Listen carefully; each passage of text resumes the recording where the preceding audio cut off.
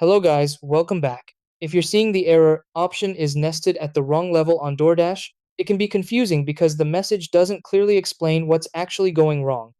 This issue usually appears while placing an order or customizing items, and it's often linked to how the app is processing selections in the background. In simple terms, something in the order configuration isn't being accepted properly, which causes the app to stop the checkout process. The frustrating part is that everything may look normal on your screen, yet the order won't go through. The good thing is that this is typically a temporary app or data issue and can be fixed with a few simple steps. In this video, I'll guide you through the exact process to resolve this error and complete your order without any problems. Try these. Step 1. Remove the item causing the error and add it again to your cart. Step 2. Close the DoorDash app completely and reopen it. Step 3. Clear the app cache from your phone settings to remove glitches. Step 4.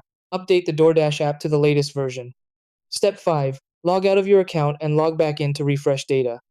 Step 6. Restart your phone and try placing the order again.